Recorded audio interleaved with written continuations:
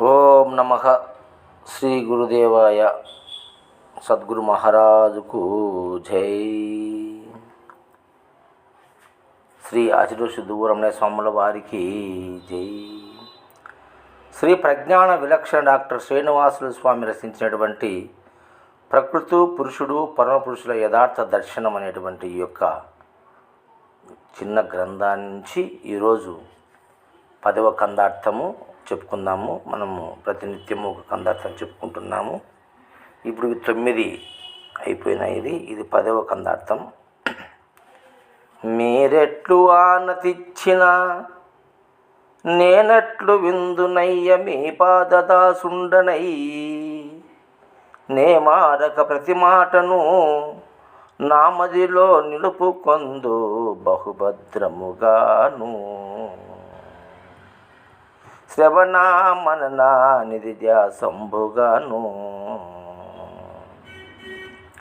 అనుదినము మీ పూజ అత్యంత భక్తితో, అనుదినము మీ పూజ అత్యంత భక్తితో, మరువాక మీ నామము జపింతు అనుక్షణము బహుభద్రముగాను.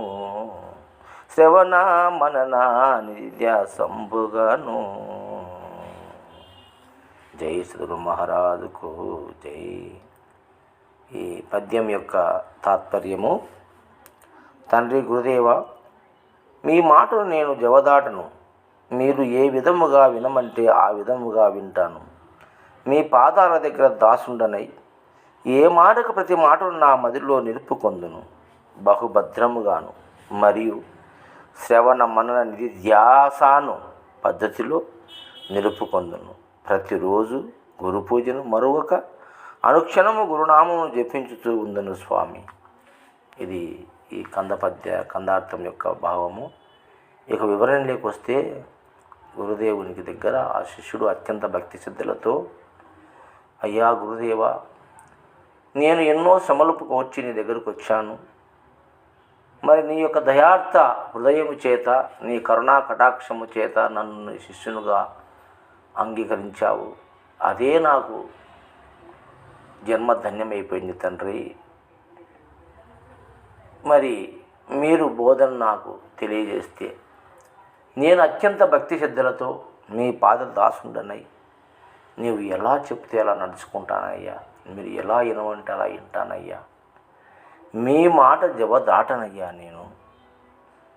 అంతేకాకుండా మీరు చెప్పిన ప్రతి మాటను శ్రవణ మనన నిధిధ్యాస అనే పద్ధతి ద్వారా అనునిత్యము నేను శ్రవణము చేసుకుంటూ, మరి మననము చేసుకుంటూ, దాని నిధిలాగా అతి భద్రంగా దాచుకొని దానిపై నేను ధ్యాసను నిమగ్నం చేస్తాను తండ్రి. అంతేకాకుండా గురుదేవ, మనకు గురు పూజ సదా ధ్యానం, గురు మంత్రం సదా జపెత్ అన్నట్లుగా ఆ సద్గురు పూజను, సద్గురు నామాన్ని నిరంతరము నేను మరవకుండా నా మదిలో నిలుపుకొందును. నిరంతరము అనుదినము అనునిత్యము అనన్య భక్తి చేత నేను నిన్ను వేడుకుంటాను తండ్రి. నీకు కృతార్థునై ఉంటాను తండ్రి. కనుక నా మీద దయతలచి మరి యొక్క పరిపూర్ణ బోధను నాకు బోధించు తండ్రి అని ఆ శిష్యుడు ఆ గురువును బహువిధములుగా ప్రార్థిస్తున్నాడు. జై సద్గురు మహారాజుకు జై.